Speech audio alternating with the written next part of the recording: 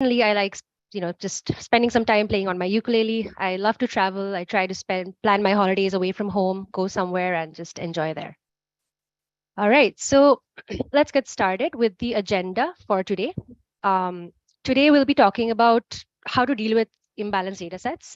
And as a step-by-step agenda, first we'll be talking about an introduction to imbalanced datasets. What are imbalanced datasets?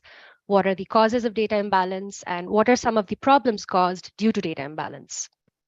Next, we'll be talking about identifying the right metrics to use for your machine learning algorithm. We'll talk about why there are problems with some traditional metrics like accuracy, and we'll also talk about some other metrics like precision, recall, F1 score, which are things that you can use in place of accuracy or other traditional such metrics. Finally, after discussing what metrics we can use, we'll be talking about how to actually implement these techniques into your machine learning model. What can you do to improve the efficacy of your machine learning model? And we'll primarily be talking about three techniques. One is changing the threshold, one is undersampling, and one is oversampling.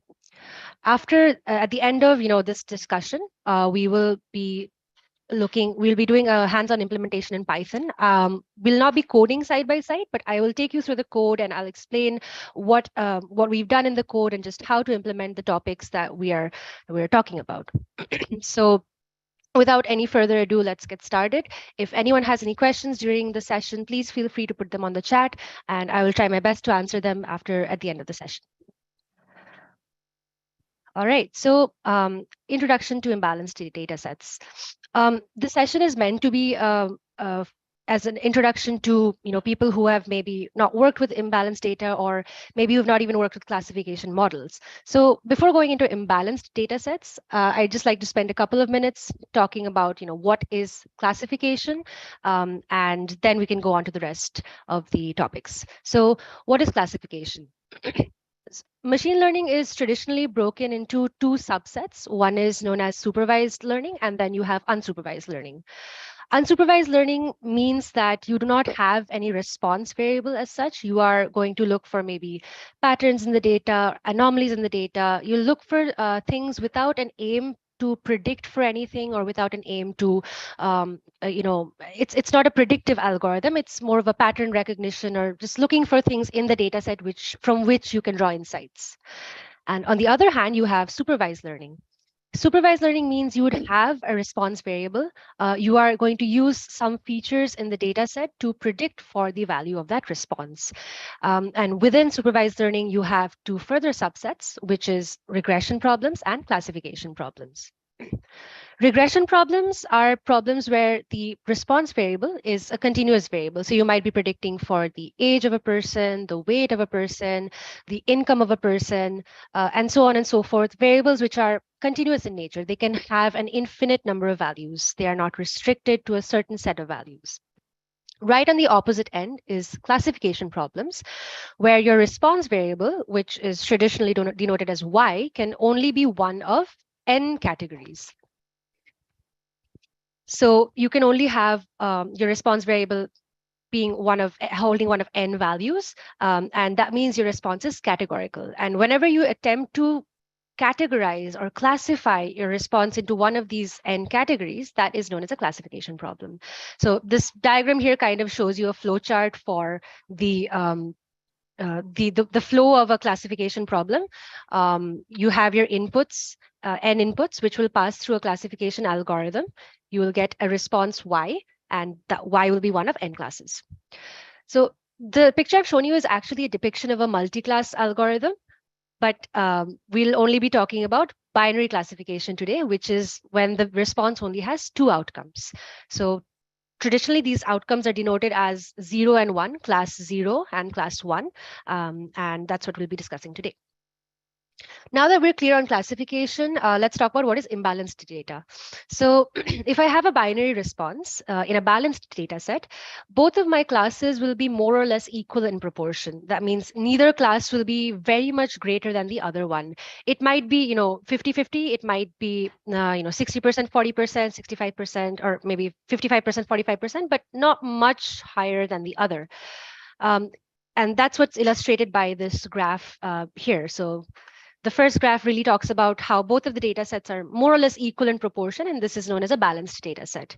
If you look at the table for this as well, you'd notice that in the balanced data set, the classes are more or less equal in number, 3.2 lakhs versus 3.03 lakhs. But an imbalanced data set is one where one class has a much higher proportion than the other. And you can see that in the imbalanced data, the class 0 is much higher in the values or in the counts than the class 1. As a convention, the class with the higher proportion is called the majority class, and the class with the smaller proportion is called the minority class. And that's how I will be referring to these classes throughout the course of this webinar. So the majority class is the one which has the maximum number of observations. The minority class is the smaller one. Let's go on to the causes of class imbalance. So we're talking about imbalanced data sets, but why do they happen? Where do they come from? It's important to know the source of this. So there are two things which can ideally happen. The first is bias during data collection, or something which is known as sampling bias. If anyone has a question, you can put it in the chat, or we can discuss it at the end of the session. I see someone has raised their hand, so we can address the questions at the end of the session. All right, so for bias during data collection, what this means is that the sample is not representative of the population. So let's take an example. Let's say I want to understand, or I want to predict whether or not a person is likely to own a fridge. Now, if I take my samples from only cities, then I might find the majority class to be the former, which means that a person is likely to own a fridge. And this can be attributed to the effect of like urbanization, availability of goods, higher income levels, other factors, ease of convenience of getting the goods, lifestyle factors, etc. But this is not representative of the situation as a whole, because your urban population is really only a proportion of your whole population, irregardless of the country you're looking from or you're looking at. So this is what's known as a sampling bias, because your sample is not representative of your population. If I were to do the same study, taking the whole population into account, I might actually see that the number of people who don't own a fridge is much higher than the number of people who own a fridge. And that's because this is the true representation of the population. This goes for, so I've shown it with an example of minority and majority classes. And in terms of one being the minority in one situation and the other being the minority in the other situation. But this can also be a cause where your sample is showing a class imbalance, but in reality, your population doesn't have any class imbalance. So it's important to make sure your sample is representative of your population and you're not taking up something which is not showing a true picture. The second thing is, of course, it's just a property of the domain, which means that if we consider data on like cancer patients or for patients or people who are prone to diabetes, obviously the number of people who would be prone to diabetes or prone to cancer would be much smaller than the other class or the latter class. And the majority class, which is people without cancer, would largely overshadow the minority class, and that is to be expected. So in cases like this, the class imbalance is organic, it's correct, and it is to be expected.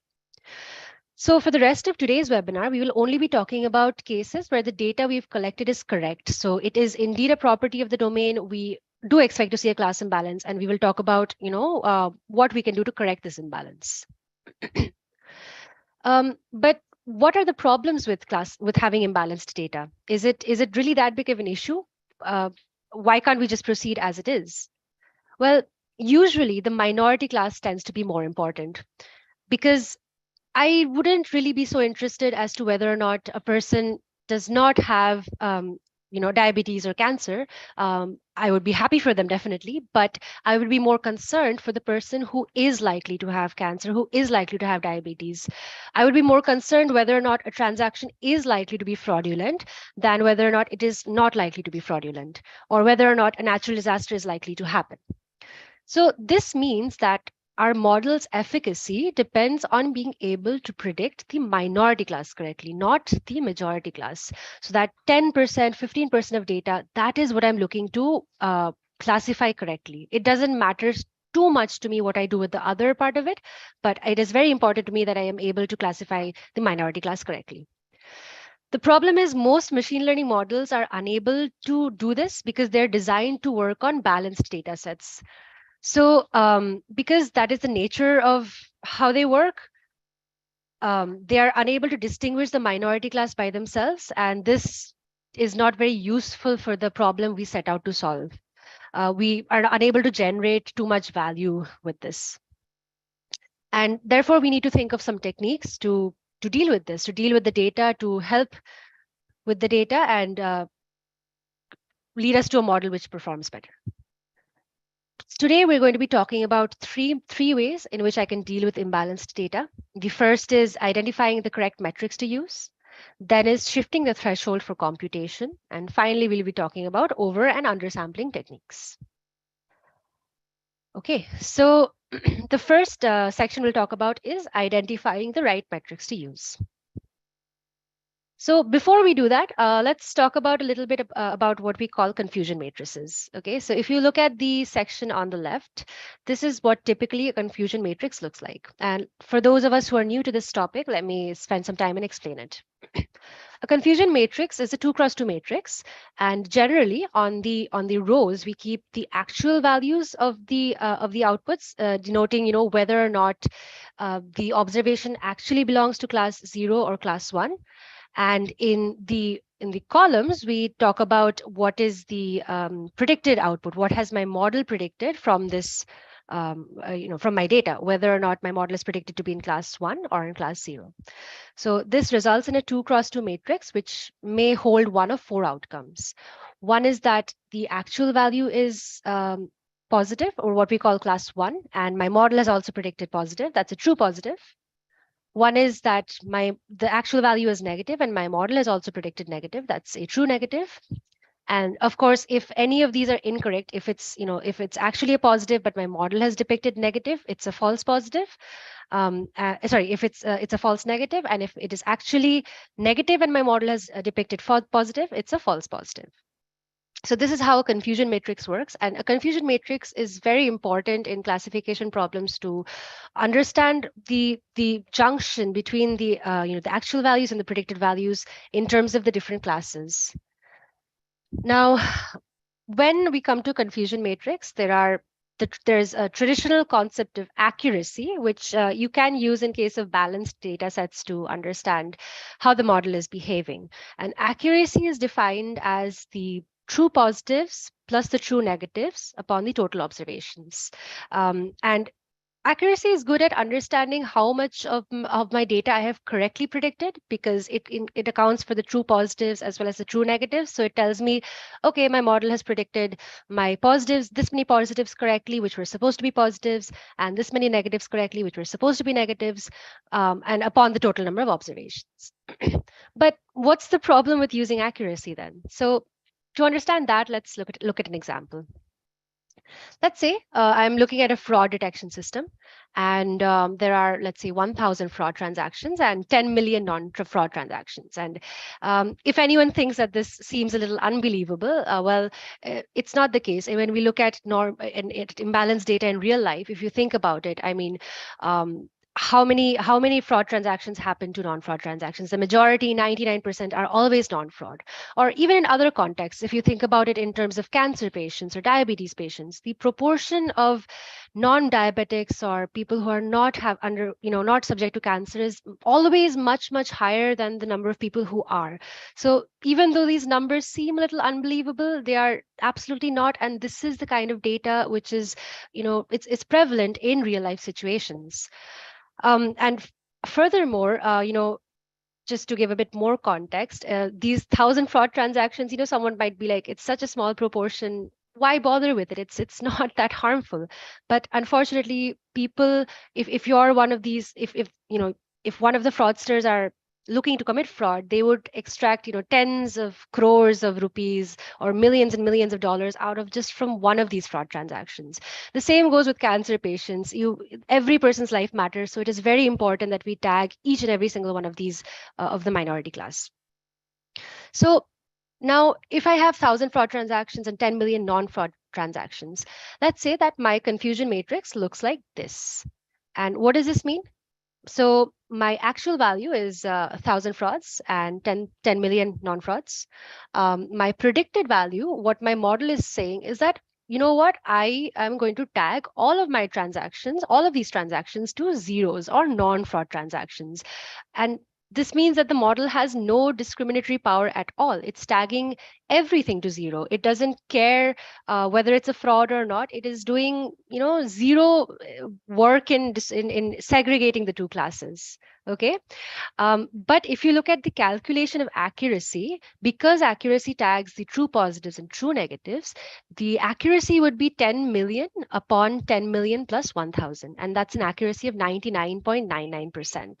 So we know what you think is happening. If you're not aware, if someone is not aware that accuracy is not a good metric, they might be like, hey, you know what? I have a model which is 99.99% accurate, and it is going to catch all of the fraud transactions. And you might pat yourself on the back and be like, whoa, I did a great job. But you know what your model is actually doing?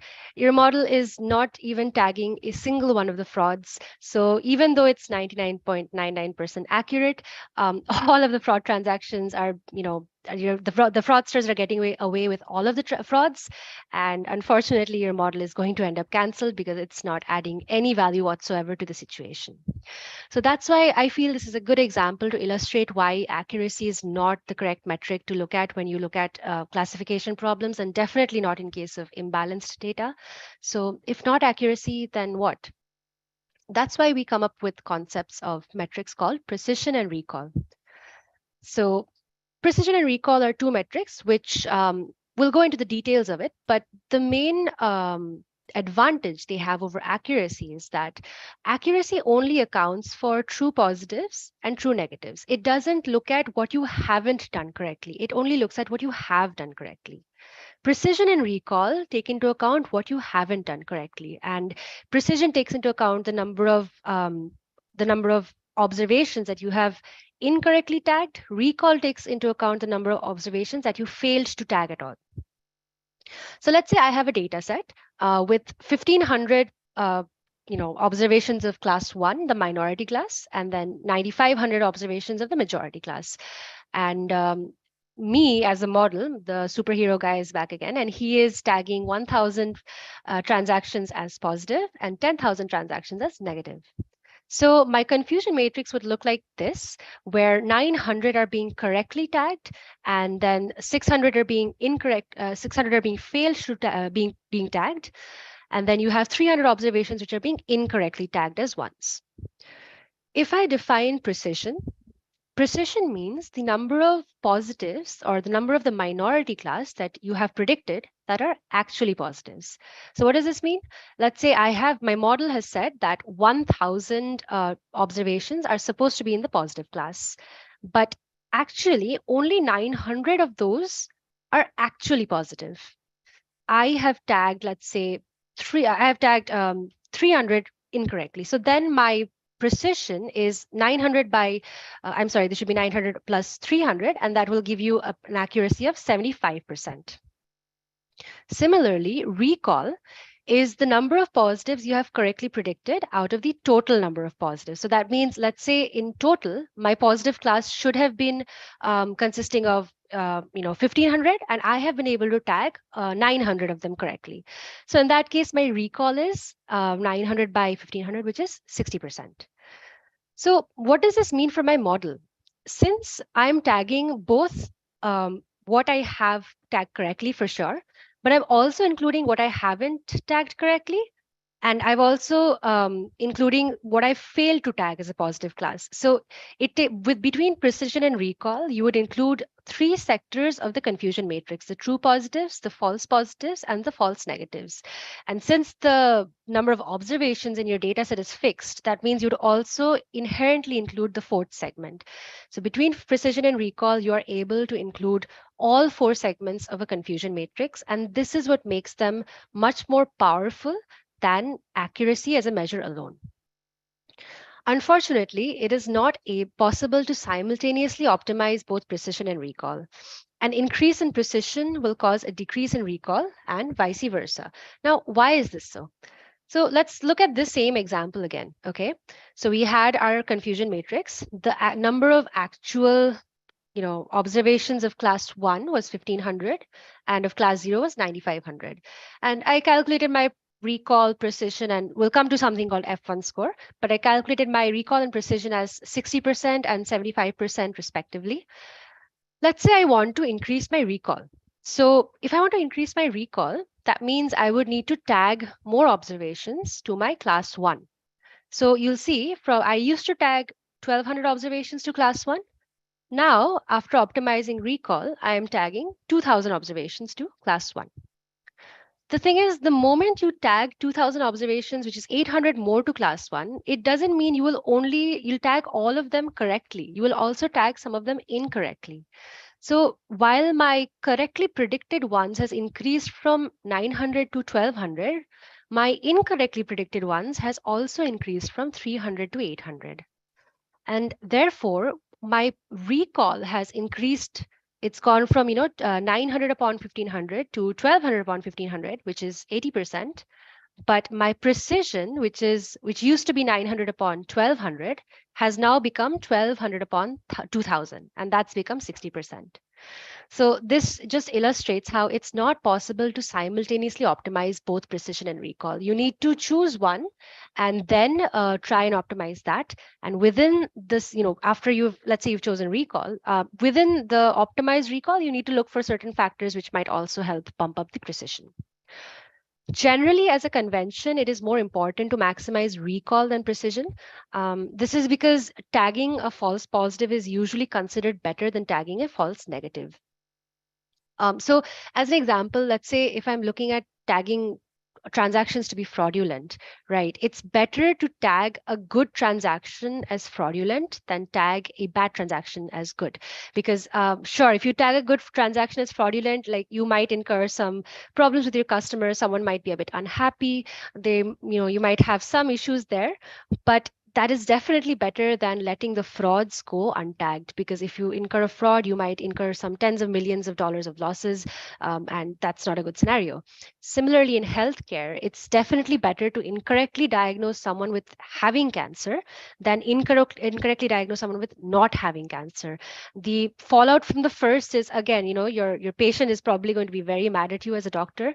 You're going to have to face some fallout from that. You're going to have to face some unhappy people from that, but it's infinitely better than not tagging someone who actually has cancer as being as being healthy, and then that person is not able to take the required medicine or go through the required treatment, and that's just a very bad situation. So it is generally preferred to maximize the recall than the precision, and this is why we think so. This is why it's justified as well. If you want to incorporate both, there is another measure which is known as the F1 score. And the F1 score is the harmonic mean of the precision and recall.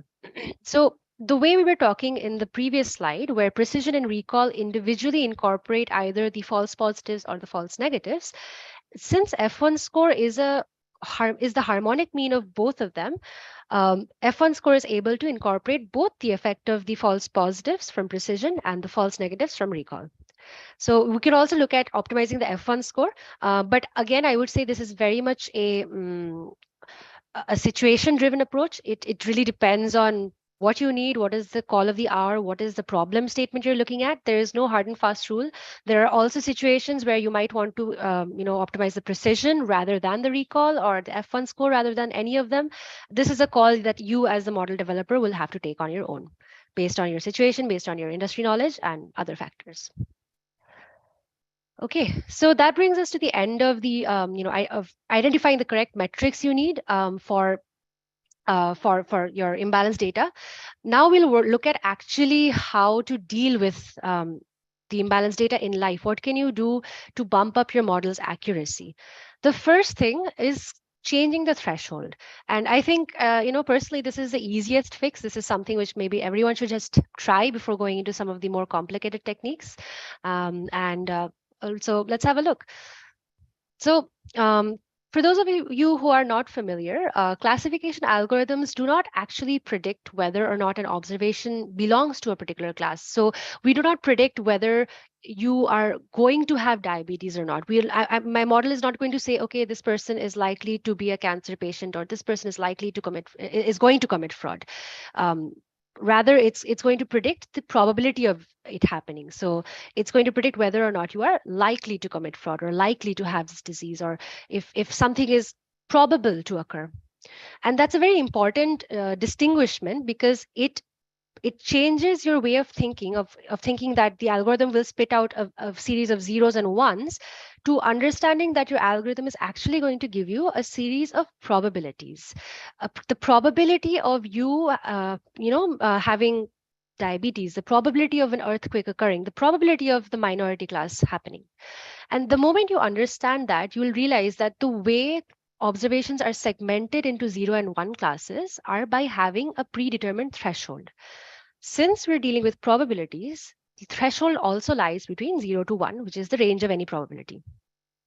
Usually thresholds by default are set at 0.5. We consider, especially for unbiased data sets or balanced data sets, we consider that half of the observations would belong to this class and half of the observations would belong to that class. So it's fair to consider 0.5 as the threshold of classification.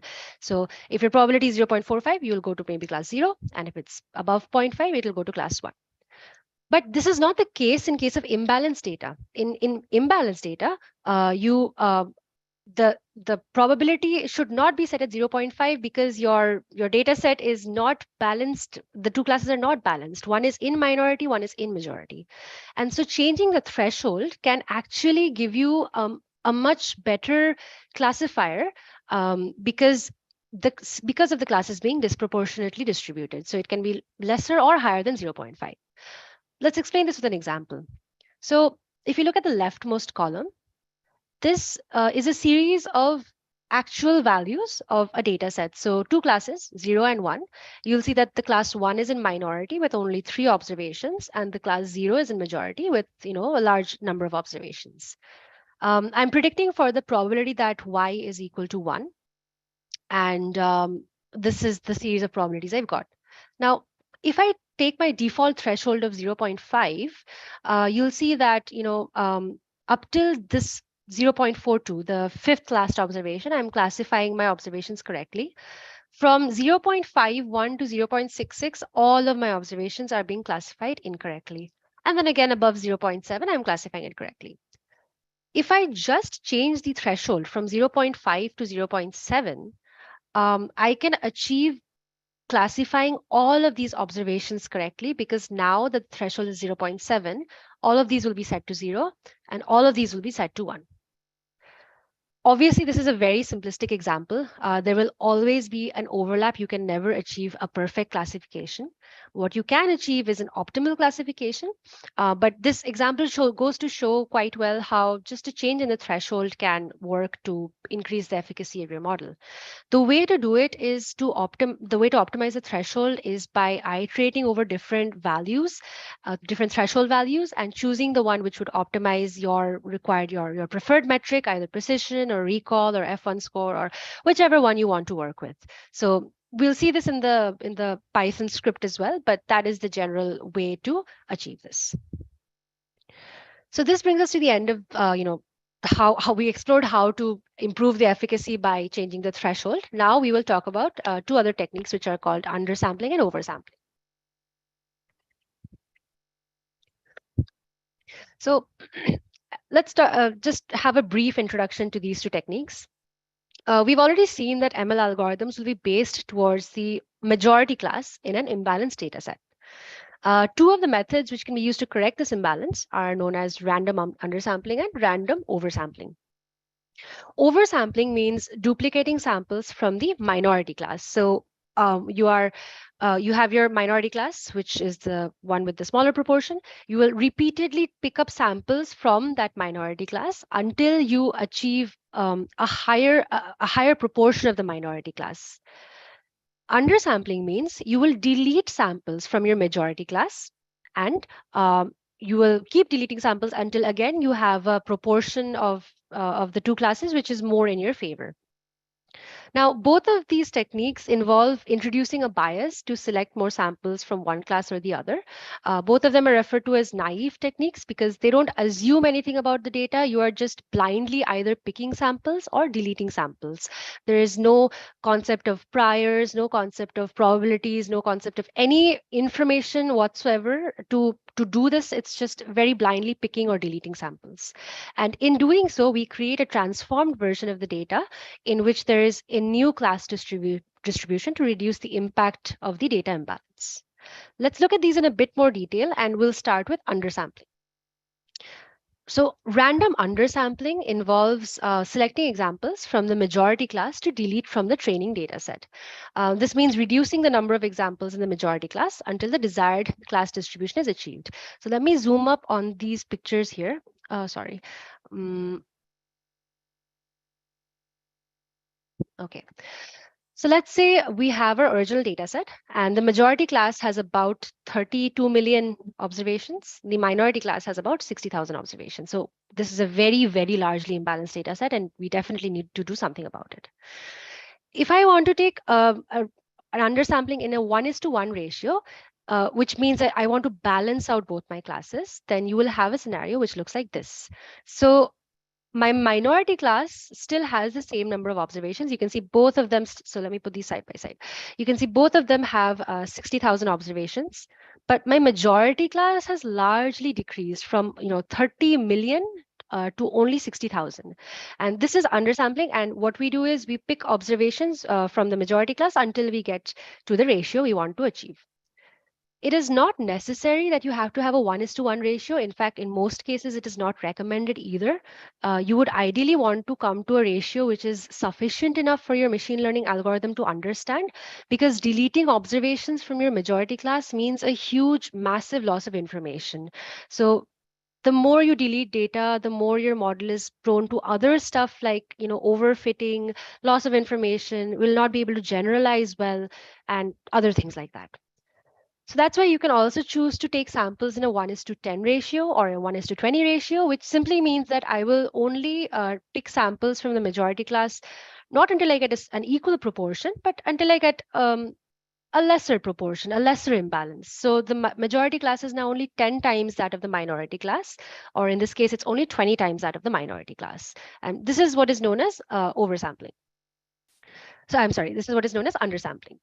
So as I mentioned, this approach may be suitable for those data sets where there is a class imbalance. But one thing to keep in mind here, we should ensure that the number of examples in the minority class are sufficient, because if you don't have enough data in the minority class, that might come with its own set of problems. Again, as I mentioned already, deleting observations from majority class, it might be useful, but you are giving up on good information. You are definitely going to have a loss of information, and that's just something to keep in mind. And that's also why you would want to ideally only come to that ratio which is sufficient for you to fit your model correctly. So try not to come to 1:1 ratio. Try to come to a 1:10, 1:20, 1:100, and you would have to iterate over these different ratios and test out which is the best one. But try and come to the minimal ratio which is possible, or I should say rather the maximum ratio which is possible for your model to fit it properly. Complementing undersampling is a very similar technique which is called oversampling. So let's have a look at the graphs in this case. They're very similar graphs. If you look at them, remember in undersampling, we picked up observations from the majority class, reduced the number of observations to either match the minority class or to come to a ratio which is suitable for us. For oversampling, we do the reverse. We keep the majority class as it is, and from the minority class, I will repeatedly duplicate my samples until I get to a specified ratio. So here you see the majority class is untouched. We started with 30 million, we are still at 30 million. But the minority class has increased. And this sampling is done with replacement, which means that if I pick a sample once, I put it back into the population and I am eligible to pick that sample again. So the minority class has gone up to 32 million if you choose a 1:1 ratio. And of course, the same concepts hold. You would ideally not want to come to a 1:1 ratio, but a ratio which is more suitable for you, the maximal ratio which is possible. So you can choose a 1:10 ratio, 1:20 ratio, or even higher as per your as per what your data is responding to, or what your model is responding to. So oversampling is good in the sense of it definitely um, maintains all the data you have. It doesn't delete anything, but there's another similar problem with oversampling, which is that since you're duplicating examples from your minority class, you are very prone to overfitting your data, because you are basically training your model on the same data over and over and over again. And the model is not learning anything new just because you've duplicated your observations.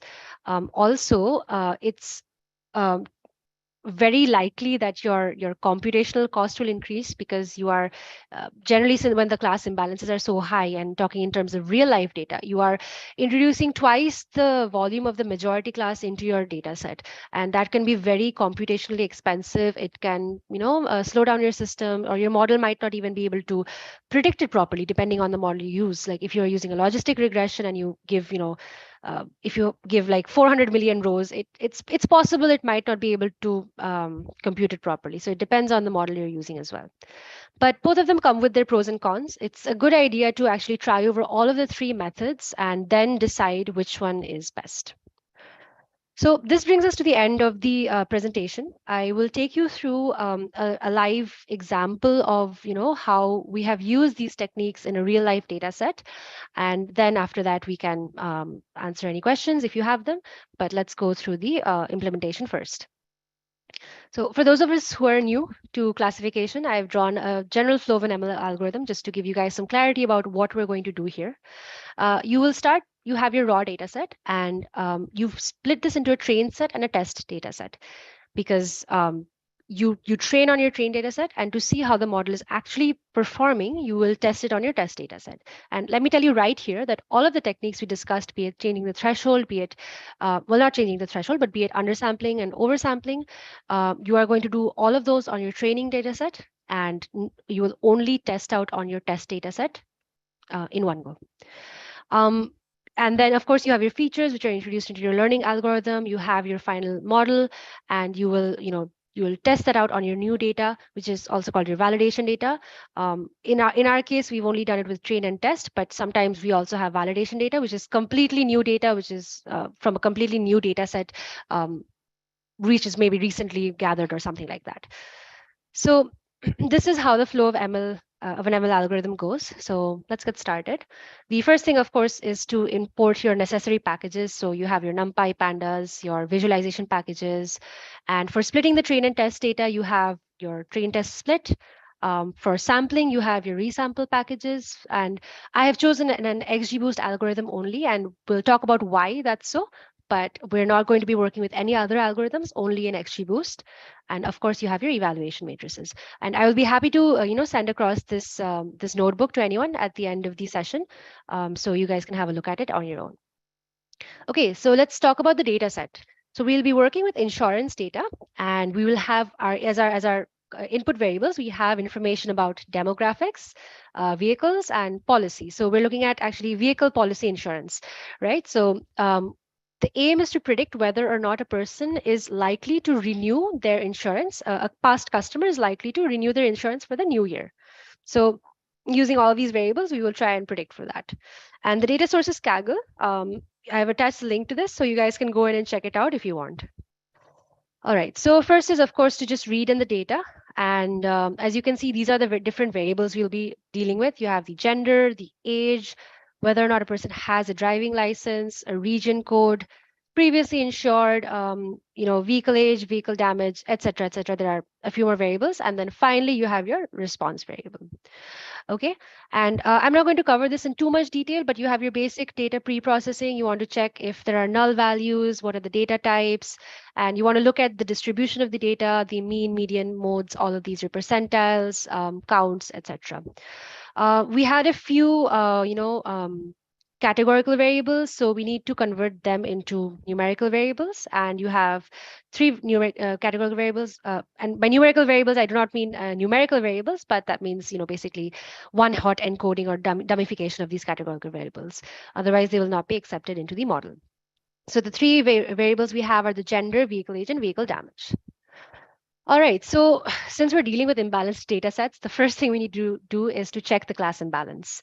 And we need to see whether or not it is at all an imbalanced data set to start with. So that's what I've done here. You can see that, of course, the minority class is far overshadowed by the majority class. If you want to look at it as a percentage, the minority class only holds about 16.4% of the total data set. So that's pretty much it's very small in comparison to the whole data set. Your majority class is far, far higher in proportion. So now, of course, this means we'll have to use certain imbalanced data techniques. And for that, the first thing we do is to split the data into our train and test. And you've dropped the unnecessary columns. You've defined the response as Y, and you split your data into your train and test data set. One thing to note here is that I've used this particular this particular chunk of code called stratify equal to Y. Now, what this does is, see, we have a population which has a minority class of 16%. When I split my data set, I need to ensure that my train and my test data both have the same proportion of minority class. If I split my train data randomly, and if I split it randomly and my train data has, let's say, 20% minority class, or my test data has 30% minority class, that is not an accurate representation of your data set. You need to make sure that in your train and test are representative of the population and the way we talked about it, so that we don't have any sampling bias in our train and test data set. Okay, so that's why I've used stratify equal to Y. And if you check the proportion of the minority class in the train set and the test set, you'll see both of them are more or less equal at 16.4%. And therefore, you can be assured that our splitting has been done correctly. Furthermore, we've chosen a 30-70 split of test is to train. So generally, you can choose 70-30, 60-40, generally not 60-40, but 70-30, 80-20 are norms, 75-25, and I've chosen 70-30. All right. Now, first, we're going to build a very basic XGBoost model. And the reason I chose XGBoost is because XGBoost models are generally very robust. They are not prone to overfitting. They do not require as many assumptions to be upheld, like in case of decision trees or logistic regression models. And because they are good in all of these ways, I can see that, or I can demonstrate that in spite of having all of these qualities, my XGBoost model is still not going to perform well in case of imbalanced data. And I've not done anything else. I've not done any hyperparameter tuning, any feature engineering, or anything like that. I've just taken my very basic data set, and we will demonstrate how just by using those 3 techniques, you can achieve a much better efficacy in your model as compared to without those techniques. All right. So here I'm just building my basic XGBoost model. So you call an instance of the class, and then you fit your model on your train and on your train data. So your X train and Y train are your train data sets. And then I will predict on my test data set. So test is equal to classifier.predict X test. So recall how we talked about accuracy and how it doesn't do well. So if you check the accuracy of this data set, it's pretty good. It's at 85%. So someone who might not know the implications of this might think that, okay, this is a pretty good accuracy. Now let's compare it to the precision recall and F1 score.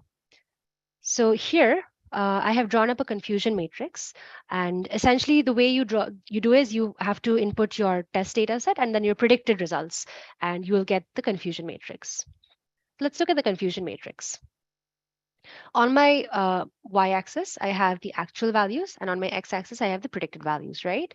So my minority class was class 1. And I can see that the intersection of the 2 ones will represent how well I'm actually doing in my model. So there are around a total of, I'd say, 18,000 class 1s, but I'm only predicting let's say 7.7 thousand correctly.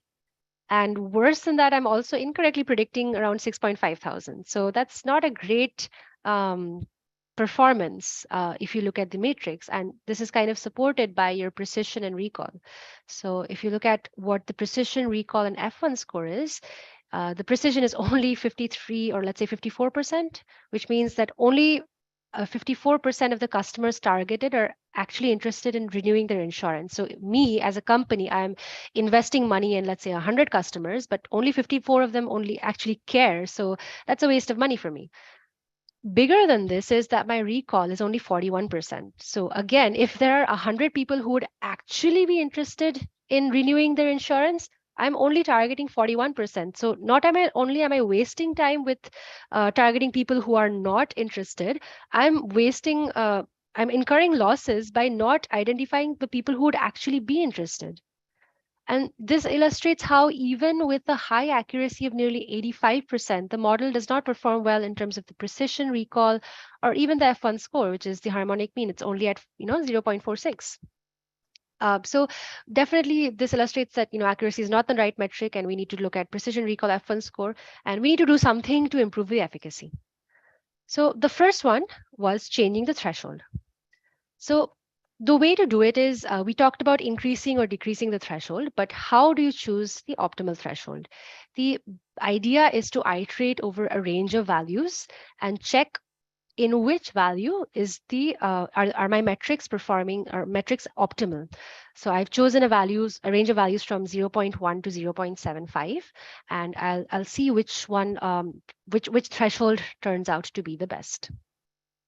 So in this code, as you can see, what I'm doing is iterating over multiple thresholds. And this is important because you don't know which is going to be optimal. And ideally, you should choose as many as possible and work to see and see which one performs the best. But for each of these thresholds, so for IN thresholds, which means that I'm iterating over all of these values, you would predict the performance on that threshold, and then you would calculate the precision, the recall, and the F1 score. And I'm adding it to a matrix so that we can kind of compare between them. So when you print out the metrics over the various thresholds, you'll end up with a matrix which looks like this. So here's the original. And you have the precision, recall, and F1 score at 53%, 54% precision, 41% recall, and 0.46 F1 score. For the various iterations, you'll notice that my precision is actually increasing 0.35, starting from 0.05, of course. I'm not including the original, but 0.35, 0.38, 0.41, 0.44, etc., all the way to 0.59. And then the last one decreases at 0.53. For recall, I start with a very high recall at 0.98, but as it increases, as the thresholds increase, I actually keep on decreasing my recall, and I end up at 0.02, let's say 0.02. And of course, the F1 score is the harmonic mean of the two. So you would see a kind of parabolic structure where it first increases and then decreases. It's very hard to understand metrics like this, so it's better to plot them out. And I've plotted them out in this way. So you can see how the precision increases with my thresholds, the recall decreases with my thresholds, and the F1 score first increases and then decreases. It is at this point that you kind of need to take a call on which one you want to optimize. Do you want to optimize your precision, your recall, or your F1 score? So for me, I have chosen to work with an optimal F1 score. It really depends on the business problem at hand, but yeah, your F1 score is what I've chosen. So my optimal F1 score is at a threshold of 0.3. And now if I rerun the same code with a threshold of 0.3, you'd see that the confusion matrix looks much better this time. I used to be able to only predict 7.5 observations correctly in the minority class. Now I'm doing almost 15.2 observations correctly. And if you print out the metrics, so here's a side-by-side comparison of the original dataset versus the threshold change dataset. Even though the precision has decreased, I choose to overlook that in view of the recall, which has almost doubled, and the F1 score, which has also gone up by almost 15% from 0.46 to 0.60. So, but here is where you can kind of take your own call. It depends on the problem statement at hand. Another point I would like to mention at this point is that this curve, So I've actually printed out the precisions and the recalls separately, but there is something which is very commonly used in machine learning classification algorithms, which are known as AUC curves or precision recall curves. And I did not include that today in the interest of time and in the interest of there already being so much material.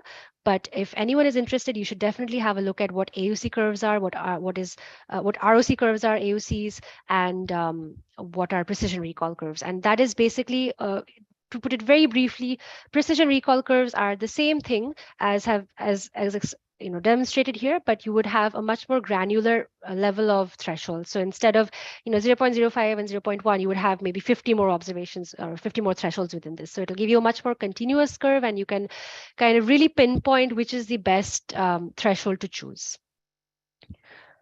Okay, so this is the end of the threshold changing part, and let's talk about finally the oversampling and the undersampling. All right, so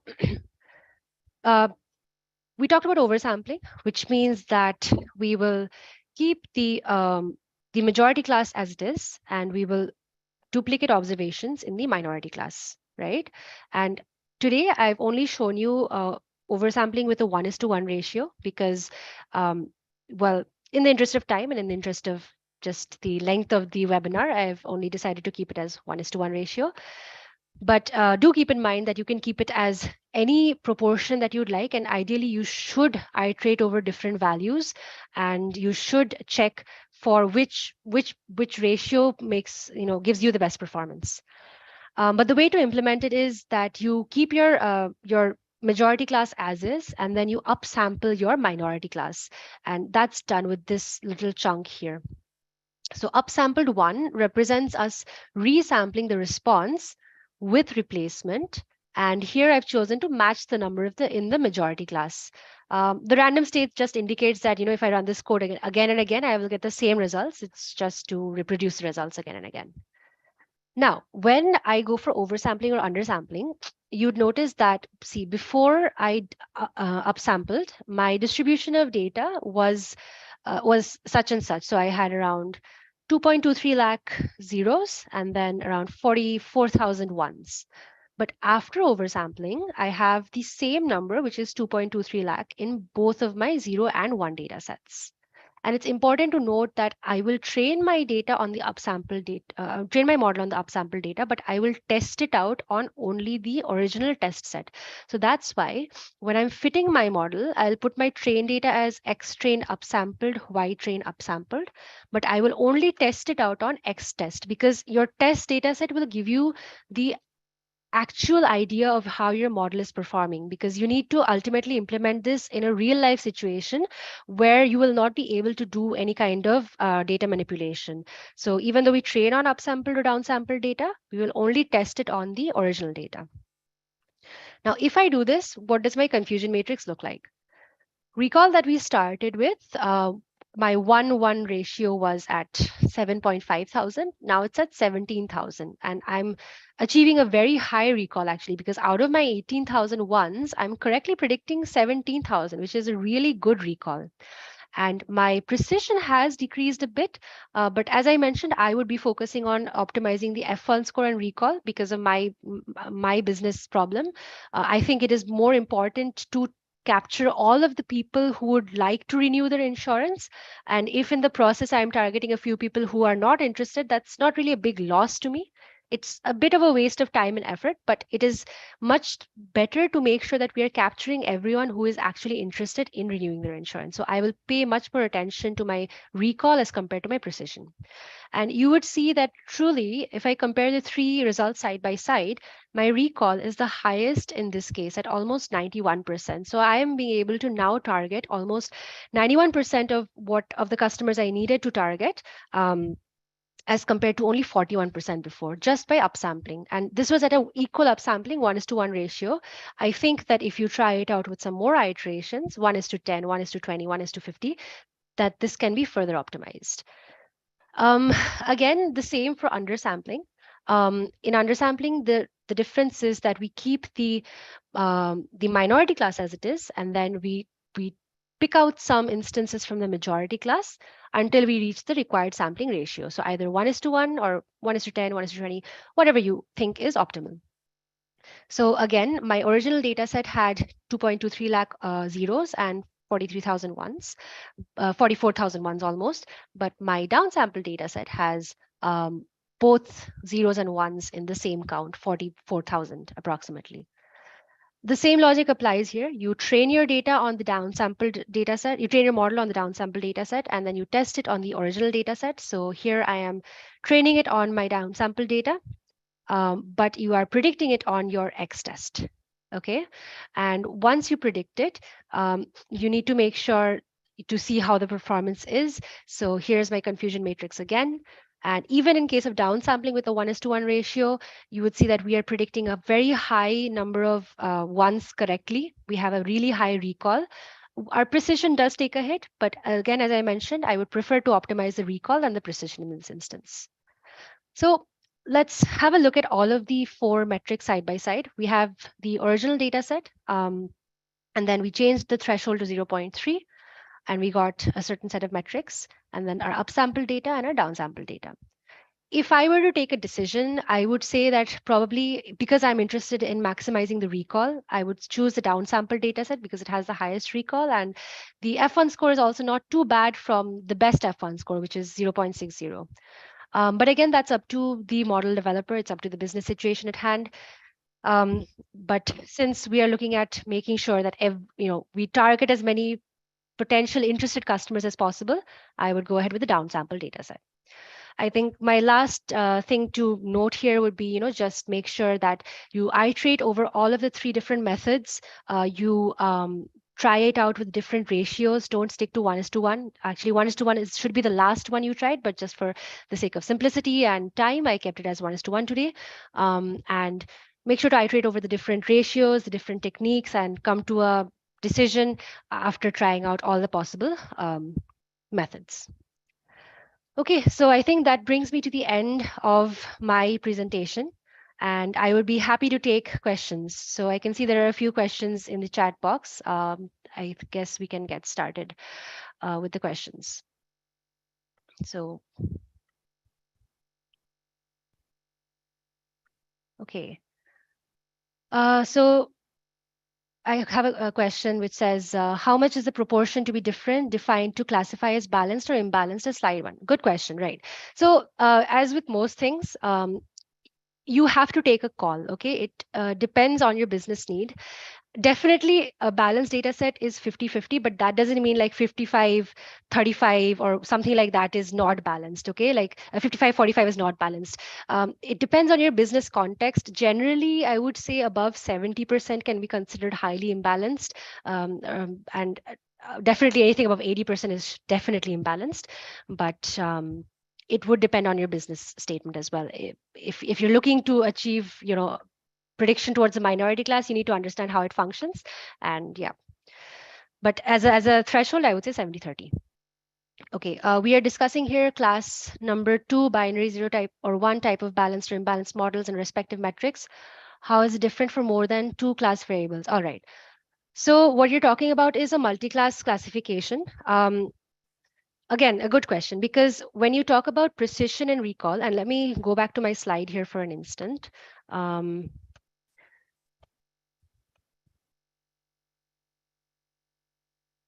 So, all right. So when you talk about precision and recall, you'd notice that we define precision and recall with respect to any one of the classes. So either class 1 or class 0. Generally, we define it with respect to class 1 because that is what we are interested in. So when you have multiple classes, there you can have a more than 2x2 classification matrix. You can have 3x3, 4x4, depending on the number of classes you have.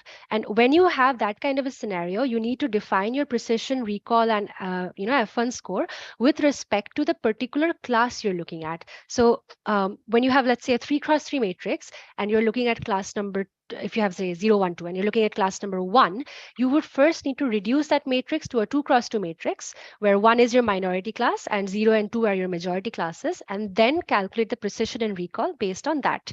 Okay, and that's how you do it for multi-class classifications. Okay.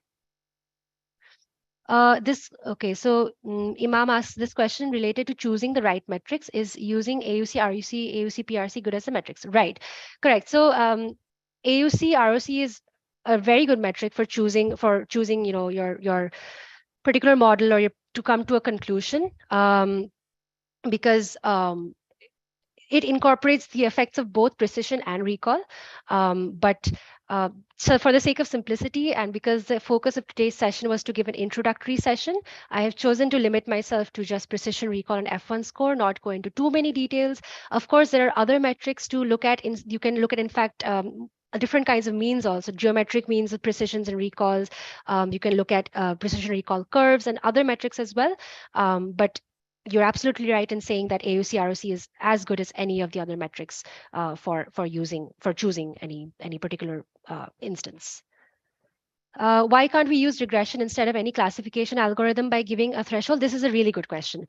Okay, so the reason we choose classification is because classification has a limited boundary. And the output of any classification algorithm will be between 0 to 1. And this is a fixed boundary because you are dealing with a probability. The problem with regression is that you can have any output, right? You can have anything between minus infinity to plus infinity. So how do you determine a threshold? So let me answer your question with another question. How do I determine that the threshold should be 10 million and not 100 million or not 1,000 million or even above that? Because there is no upper boundary or no lower boundary. So when there is no concept of boundaries, how can I segment my data into two classes? That is why we don't use regression. And actually, if you think about it, classification is actually just a transformation on regression. If you think about a logistic regression, right, we apply a logic transformation on a linear regression, and we bring the minus infinity to plus infinity output to between 0 to 1. And that's the very reason we do so that we can have a closed boundary. I hope that answers your question. Okay. Undersampling for 10:1 or 20:1, how to determine the factors to delete the data? Yes, that is exactly the point of for undersampling. We cannot determine the factors. That's the risk for it. This is just something which maybe, so what you can do is you can take multiple samples of 10:1 or 20:1 and then see if you can, if you achieve better results by combining the results, which is what is known as ensemble learning. You take different ensembles of 10:1, so let's say you take 10 samples of 10:1 and then you combine the results, and then you can see if you're getting any additional results from that as compared to just using 10:1. But a better way to do that, I would suggest, is instead of choosing 10:1, try and see how high up you can go to maintain your efficacy while deleting the minimum amount of data. Okay. Next is when we replicate data from minority class, then how model increase accuracy because data set was same. How model will learn new thing from duplicate data, right? So the thing is that when we replicate data from minority class, it is not like we are giving the model additional information. It is like we are letting the model see that a minority class exists in the first place. The model was unable to even visualize the fact that there is a minority class. If you have a imbalanced data set of, let's say, one good or one class 1 to 10 million class zeros, the model will not even be able to see it. When you increase the proportion of that, you will introduce the model to understanding that there is a class 0. And that's how you increase the accuracy. It's not that it is learning more from duplicate data. It is that it is understanding that that data is there in the data set to begin with. Okay. Could you tell us about lasso and ridge regularization and overfitting? So this is not really relevant to imbalanced data sets, but to just answer your question very briefly, lasso and ridge regression, they penalize your predictors. If you have a very large number of predictors, it helps to penalize your predictors so that you do not overfit the data. You do not tell the model to, you do not give the model such features that it does not generalize to new data well.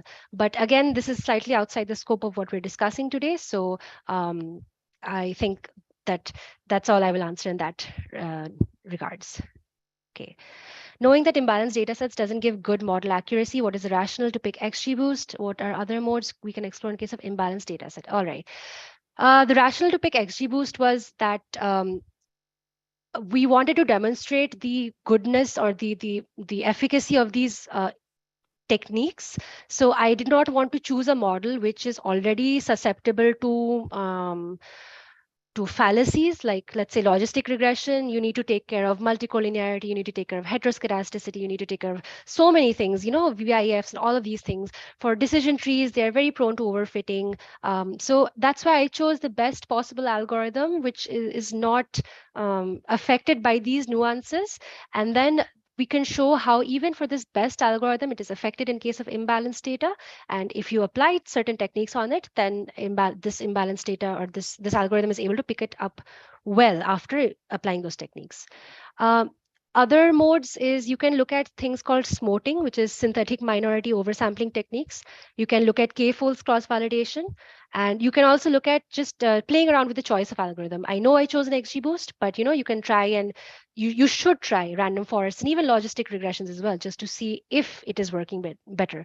Every data set is specific to the problem statement at hand, and you should definitely try each and everything in particular. Please provide an overview on threshold one more time. Okay, very briefly, threshold means that when we are going for a classification problem, we do not predict whether or not an observation belongs to class 0 or class 1. We predict whether an observation, or what is the probability that an observation will belong to class 1 or class 0. Both of them are complements of each other. So I have a probability which ranges between 0 to 1. Okay. Threshold means that if I set my threshold at 0.5, all of my outputs which have probability less than 0.5 will be classified as as class 0, and everything which has a probability of more than 0.5 will be classified as class 1. So that's the threshold is the point at which we bifurcate our probabilities into two classes. I hope that answers your question. Okay. Can you explain the implementation of threshold iteration, and does it improve the minority sampling? No. So when you speak about minority sampling, I'm not sure if you're talking about like undersampling or oversampling. Threshold iteration does not change the number of observations in the data set. It only changes the point at which we classify the two types of classes. So if before I was saying that anything below 0.5 is of class 0, and I change my threshold to 0.7, now I will say that anything below 0.7 is of class 0.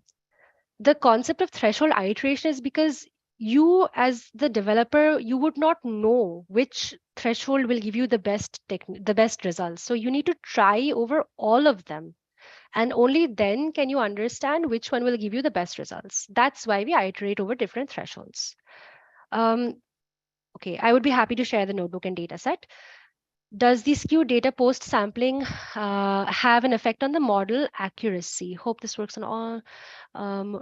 Other no. Right. Okay. I'll answer the second part of your question first. So I know we talk a lot about normal distributions, but in all honesty, in real life, normal distribution or any particular distribution type is very difficult to come across. You can have non-normal data sets. You can have any kind of data set. The key is to understand what algorithm behaves how. So if you have a non-normal data set, I would definitely say don't go for a logistic distribution. If you have a skewed data set, or if you have data set which is like more of in a splitting structure, go for a decision tree, go for a random forest, go for XGBoost. If you have a large number of observations, try for deep learning techniques. So you do need to check your data and understand which algorithm is best catered to that data. Does the skewed data post the sampling have an effect on the model accuracy? Of course, I mean, that is why we are sampling it, because when we are sampling it, we are changing the proportion of the skewness. If your question is that, what does it affect your test data, then of course it does. That is why we are doing these techniques, so that we can bump up the accuracy.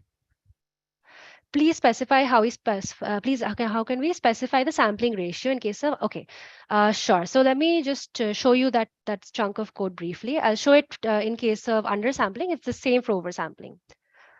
And I will provide the code as well, so you guys can just go through it if you want. So if you look at this segment here, n samples equal to length of response 1. This is where we specify the ratio. So I have matched it to be equal to the number of observations in the in the minority set, C match minority N. If you want to, let's say, do a 1:10 ratio, what you can do is like, if you want to, I would just do something like length of response 1 into 10. And then you would get a 10:1 undersample ratio, or 100:1 undersample ratio. This is how you can change it. Okay. I think we're coming up on time, so I'll just take a couple more.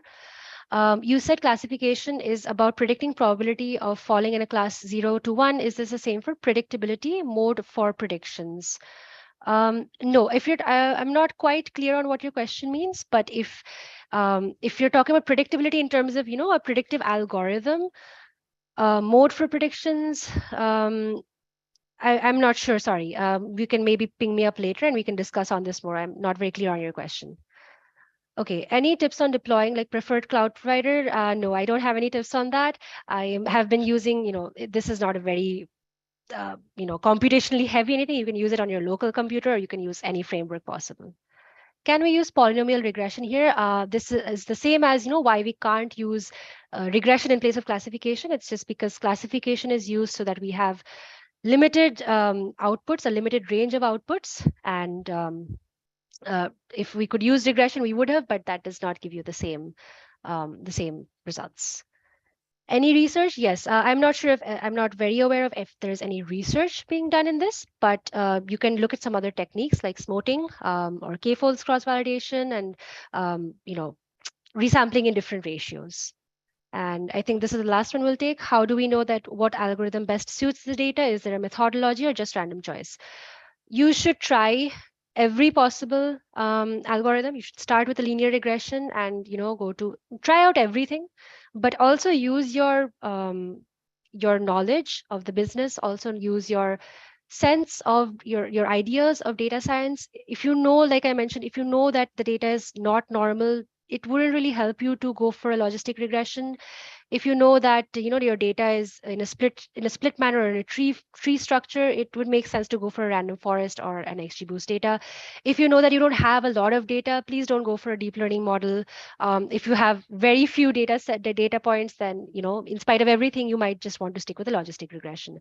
So try everything that you can, but also use your knowledge to understand what would suit the data best. All of these questions are very specific to the data at hand, to the problem at hand. There is no one size fits all solution. Okay, I think that brings us to the end of our discussion today. I certainly hope all of you enjoyed it. I enjoyed it from my end for sure. I'm very happy that so many of you decided to attend, and I had a great time today. And please feel free to reach out to me on my LinkedIn, and I would love to connect with all of you guys later as well. So I'm going to hand it over to Yash at this point. But thank you everyone for a wonderful session. Thanks a lot, Damini. Thank you for your time and for delivering such a wonderful session. I'm sure our audience find it very insightful. I hope the attendees have filled in the feedback poll. If not, I request you to please fill in the poll for our feedback. The recording of this session will be available on our YouTube channel. Links will be in the chat section. We will be back with another session of data tomorrow. Upcoming sessions will be also available in the chat section. Till then, bye-bye and keep learning.